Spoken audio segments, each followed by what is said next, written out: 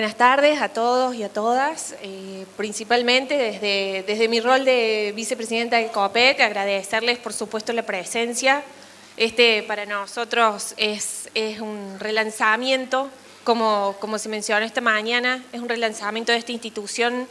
a la que conocemos desde sus inicios, pero que hoy nos toca estar conduciendo, así que la verdad que para nosotros es un honor y es un gran placer que puedan, además, todos y todas ustedes participar de esta jornada. Bueno, como bien mencionó Victoria, nosotros desde el COPEC, a partir de la sanción de la nueva ley de seguridad, la ley 10.954, que se sancionó en diciembre del año pasado, si bien pone o activa, digamos, nuevamente al COPEC en sus funciones, también le atribuye algunas funciones específicas en el ámbito de la seguridad pública y seguridad ciudadana. Es por eso que yo estoy a cargo del Instituto de Planificación y Formación para la Seguridad y Convivencia y del Observatorio de Seguridad y Convivencia que está dentro de este instituto a partir de la sanción de esta ley. Como les decía, también para el COPEC es nuevo el trabajo en esta línea temática. Así que hemos iniciado un proceso en el que también agradecemos a todas las instituciones, así como organismos gubernamentales con los que ya hemos empezado a tener vinculación a partir de compartir datos, de compartir experiencias y demás, y también a todas las instituciones universitarias con las que hemos podido también establecer un vínculo cotidiano, vamos a decirlo así, un intercambio cotidiano que nos ha permitido llegar a estas 10 líneas que les vamos a presentar hoy. Nuestra idea para estos dos paneles de la tarde desde el COPEC fue presentarles las líneas en las que más hemos tenido desarrollo este año. Si bien ustedes pueden ver que el COPEC está actualmente dividido en 4 grandes programas, vamos a trabajar en estos dos, que son los que más, como les digo, que nos han permitido tener vinculación y a la vez que han tenido más desarrollo. Así que bueno, como les decía, por un lado, comentarles por qué el COPEC hoy está encargado de estos temas, y por otro lado también agradecer, ustedes van a ver ahí, a todas las instituciones que han participado puntualmente en la definición de estas líneas. Como yo les hacía referencia recién, el instituto que se ha creado a partir de la nueva ley de seguridad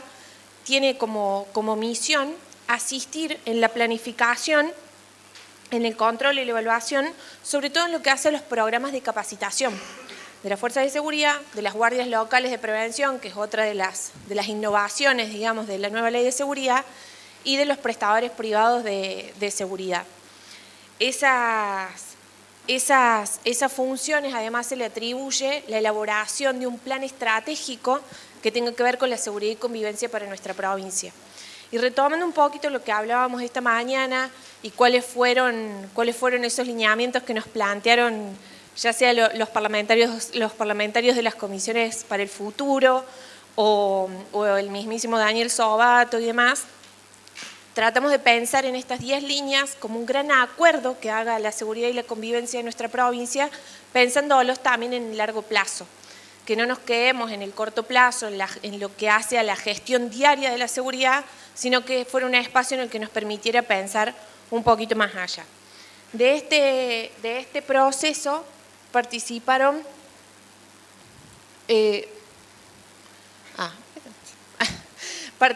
como yo les decía, casi todas las universidades presentes en nuestra provincia. Nosotros hicimos una convocatoria a una mesa asesora para la conformación de este plan. Ustedes ahí ven los loguitos de las instituciones que han formado parte. Algunas de esas universidades tienen una trayectoria en temas de seguridad porque tienen carreras, porque dictan especialidades y demás. Y hay otras que no, pero así todo, con una persona que representara a cada una de esas instituciones, hemos logrado llegar, como les decía, a estos acuerdos o estas 10 líneas de acuerdo en las que convenimos, digamos, que es hacia dónde deben ir las políticas de seguridad en nuestra provincia. Ahí está presente la Universidad Nacional a través del Prorrectorado de Desarrollo Territorial, la Universidad Nacional de Villa María, la Universidad Provincial de Córdoba, la Universidad Blas Pascal, la Universidad Católica de Córdoba, la Universidad del Siglo XXI, el Instituto Aeronáutico Universitario, a quienes, por supuesto, les agradecemos todo su trabajo y su colaboración en esta etapa. Yo les voy a mostrar un poquito cómo fue ese proceso y luego vamos a ver cuáles son esos 10 grandes acuerdos. Desde el primer momento que convocamos a esta mesa, les planteamos cuáles eran también nuestros principios, digamos, de trabajo o esos ejes que considerábamos tenían que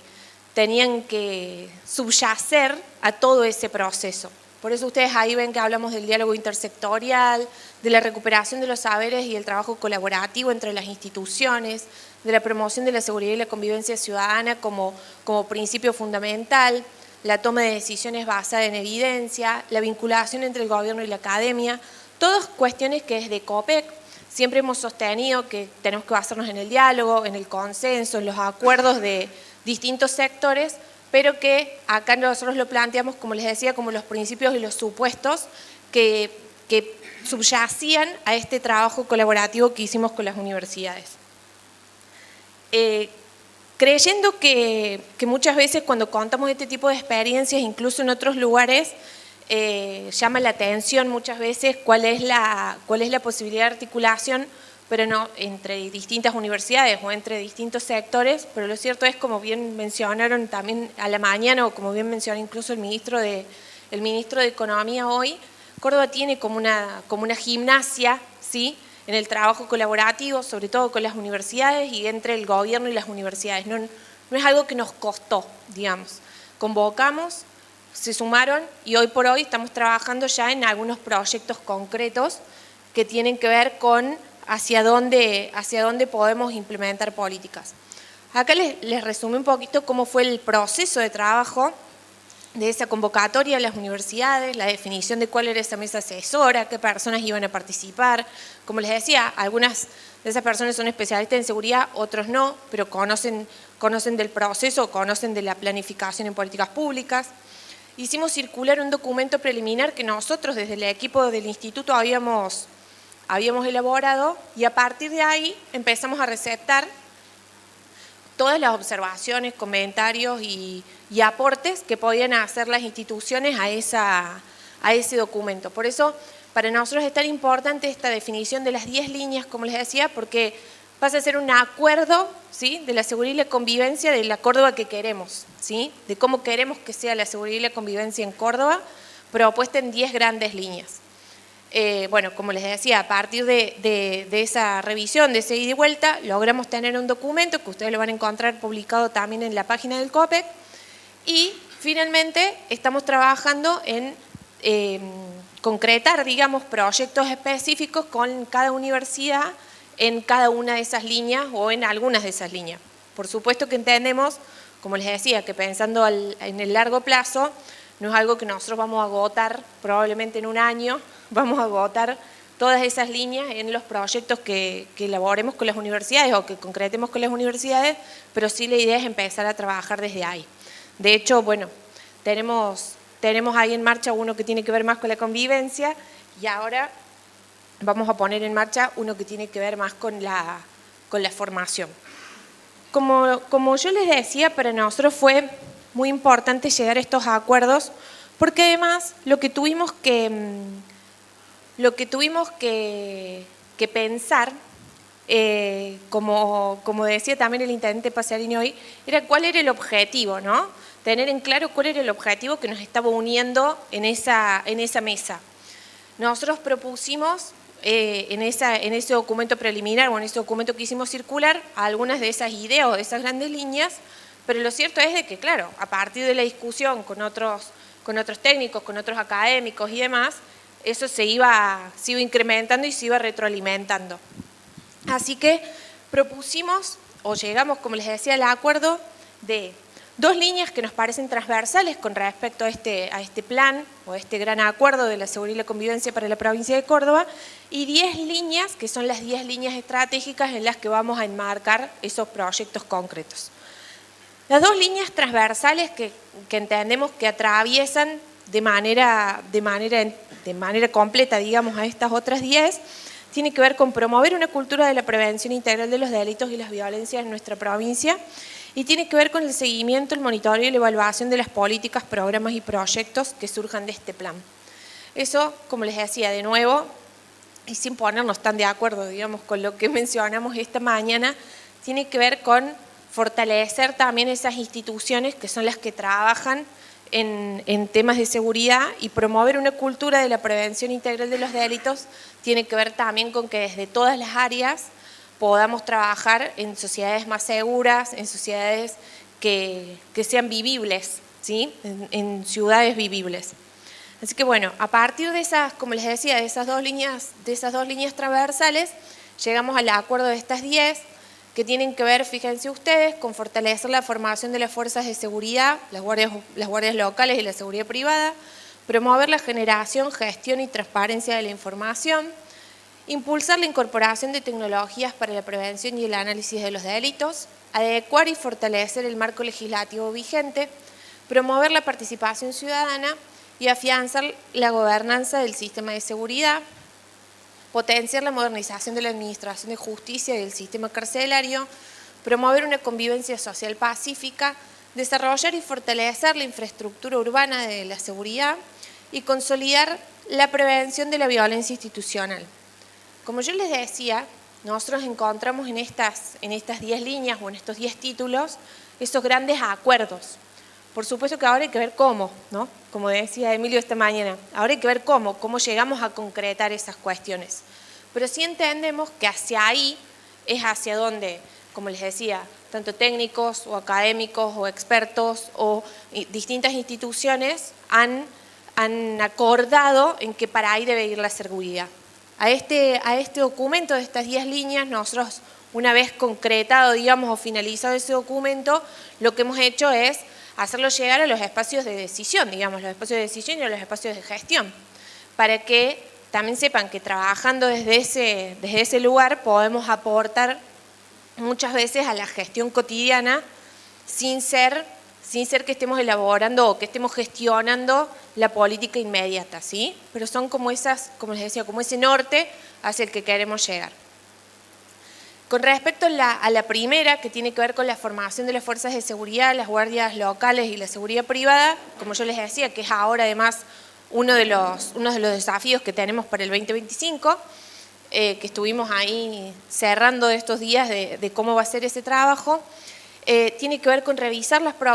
los planes de estudio, las capacitaciones que hoy por hoy tienen las fuerzas de seguridad, bueno, las guardias locales y la seguridad privada, y proponer una mejora continua, ¿sí? Proponer mejoras que hagan que esa capacitación esté adecuada, sobre todo a las competencias y a los perfiles que queremos de que esas personas que integran fuerzas de seguridad o las guardias locales o la mismísima, los prestadores privados de seguridad, que en realidad su capacitación esté ayornada, esté adecuada, tenga que ver con la tarea que realizan, ¿sí? Que muchas veces son formaciones que quedan medias escindidas de lo que se espera, ¿sí? De ese profesional y la formación que reciben, ¿sí? Se está esperando, o la sociedad espera una cosa que no es para la que han sido formados muchas veces. Por otro lado, en esa mesa también se habló mucho de la promoción de la generación, la gestión y la transparencia de la información, y acá hablamos de las instituciones de recolección de datos delictuales, de cómo fortalecer esos sistemas integrados de datos, de cómo poner a disposición esos datos de más instituciones que también puedan hacer un análisis de esos datos. Y la verdad es que hoy me alegra ver de que varias de las instituciones y de las áreas de gobierno, inclusive con las que hemos estado ya intercambiando o haciendo algún esfuerzo ahí por la articulación en temas de datos, hoy estén acá presentes, porque para nosotros es hacia ahí, hacia donde queremos ir, ¿no? Tener un sistema integral de datos estadísticos delictuales que nos permita conocer cuál es la realidad y aportar desde ese conocimiento de la realidad con datos, aportar también a la decisión en materia de política de seguridad. Por otro lado, hablamos de impulsar la incorporación de tecnologías para la prevención y los análisis de los delitos. Como yo les decía, utilizar tecnologías avanzadas que tengan que ver con prevención del crimen, con hacer análisis delictuales, que permitan detectar patrones, que permitan prevenir situaciones de violencia. Hoy por hoy lo mencionaba Daniel Sobato con la inteligencia artificial para la prevención de algunas cuestiones, o esto que hablábamos de la gobernanza anticipatoria y anticiparnos a determinadas cuestiones. Y en seguridad hay muchas cosas que se pueden hacer en ese marco, por supuesto, siempre preservando los datos, siempre teniendo en cuenta las discusiones que tienen que ver con la preservación de las identidades y demás, pero y de la protección de la privacidad, y lo habíamos puesto, y los derechos de la ciudadanía, pero, como les decía, pensar en que que necesariamente tenemos que incorporar las tecnologías que están disponibles a esa gestión. Por otro lado, hablamos mucho también de la adecuación y el fortalecimiento de los marcos legislativos vigentes. Muchas veces nos encontramos con que tenemos marcos legislativos que también no responden ni a las problemáticas que tenemos que resolver, ni responden a las acciones que queremos llevar a cabo. Entonces, nos encontramos con, como les decía, con marcos normativos que no responden a las dinámicas de la criminalidad y que no responden seguramente o no permiten esa incorporación de innovaciones que podríamos hacer de alguna otra manera o de una manera más eficiente o más ágil, si fuera de otra manera. Por otro lado, hablamos mucho también de la promoción de la participación ciudadana, de implicar a la comunidad en las políticas activas de seguridad, en tener diagnóstico, formulación y ejecución de políticas de seguridad que tengan un control público, que tengan una participación pública, porque también es ahí donde terminamos de conocer cuáles son esas realidades, por más de los datos o las buenas estadísticas que tengamos, necesitamos también conocer cuál es esa percepción, cuál es ese termómetro. Y si nosotros nos alejamos de la ciudadanía, ¿sí?, lamentablemente vamos a seguir, o lo más probable es que propongamos acciones que sean generales y que no sean específicas para lo que necesita cada territorio. Entonces, promover la participación ciudadana también fue una de las líneas, afianzar la gobernanza del sistema de seguridad. Nuestra nueva ley de seguridad habla de un sistema integrado de seguridad, donde menciona cuáles son los actores que participan de ese sistema integrado y cómo debe ser esa sinergia o esa interacción entre ellos, y es ahí donde tenemos que establecer estos mecanismos de gobernanza y de articulación permanente y de coordinación multinivel y demás, que nos permitan justamente también afianzar esas políticas, las políticas que se lleven a cabo, que sean sostenibles en el tiempo, que si alguno de esos actores esta vez no participa, que los otros puedan sostener también ese tipo de acciones. También trabajamos sobre la modernización de la administración de justicia y del sistema carcelario. Este es un tema que surgió mucho porque hablamos, muchas veces tenemos la tendencia, o a veces también depende de los perfiles de quienes conformemos las mesas, pero muchas veces hablamos de cuestiones de seguridad y lo referimos por ahí muchas veces a acciones más policiales o de prevención y demás, y dejamos por ahí el sistema judicial o los sistemas carcelarios por fuera, y acá también encontramos por ahí que barreras o algunas deficiencias para promover la seguridad o para promover esa integralidad del sistema, encontrar la pata de la administración de justicia y del sistema carcelario dentro, ¿sí?, de este sistema integrado de seguridad. Por supuesto, promover una convivencia pacífica, esto de que hablábamos a través de la participación ciudadana, pero también de promover cuestiones que tengan que ver con la cohesión y la integración social. Sabemos que no toda la seguridad se resuelve con la policía o con las guardias locales de prevención en el caso de Córdoba, sino que también tenemos que trabajar con la comunidad y con esos vínculos comunitarios para afianzar esas redes sociales. Y desarrollar y fortalecer la infraestructura urbana de seguridad. Este también fue un tema de cómo diseñamos nuestras ciudades y si realmente nuestras ciudades promueven espacios seguros, como yo les decía, y espacios para la convivencia y para la interacción social, o en realidad muchas veces se transforman en barreras o en espacios que no ameritan esa seguridad. Y por último, también trabajamos mucho sobre la prevención de la violencia institucional, que si bien en Córdoba tenemos algunos mecanismos ya institucionalizados y tenemos organismos que se dedican a eso, promover un poco más esa cultura, digamos, de la prevención de la violencia institucional, para que no estemos promoviendo una cosa por fuera que no estamos promoviendo hacia adentro, ¿sí? Entonces, tenía mucho que ver con eso. Hablamos mucho de la transparencia, de la rendición de cuentas, de cómo las instituciones de seguridad por ahí no están acostumbradas a esa rendición de cuentas. Ahí lo miro a uno de los expositores que sigue, que está promoviendo también esos temas, pero que tiene que ver con que todas las instituciones ponernos también como en el mismo nivel, a hablar de la transparencia, a hablar de la rendición de cuentas y de cómo consolidamos, digamos, estos espacios para que tampoco se dé esa violencia institucional. Como yo les decía, lo que sigue, digamos, o cuáles son nuestros próximos pasos en este plan, nosotros armamos esas 10 líneas que ha finalizado en un documento de trabajo y demás, que lo pueden consultar, lo ponemos a disposición, por supuesto.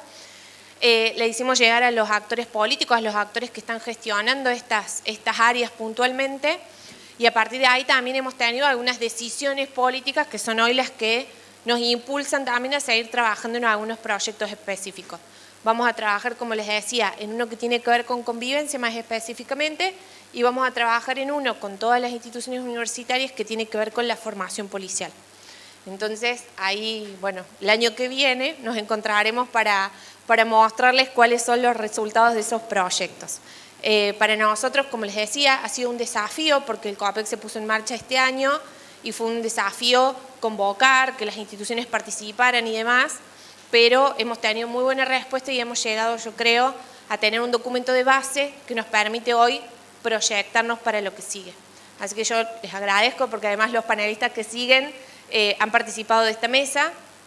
y han hecho ahí sus valiosos aportes, y por supuesto, bueno, al presidente COAPEC y demás, a todas las autoridades que además han permitido, digamos, y que han promovido que esta institución también trabaje en estos temas de seguridad mirando hacia el futuro. Así que bueno, muchísimas gracias.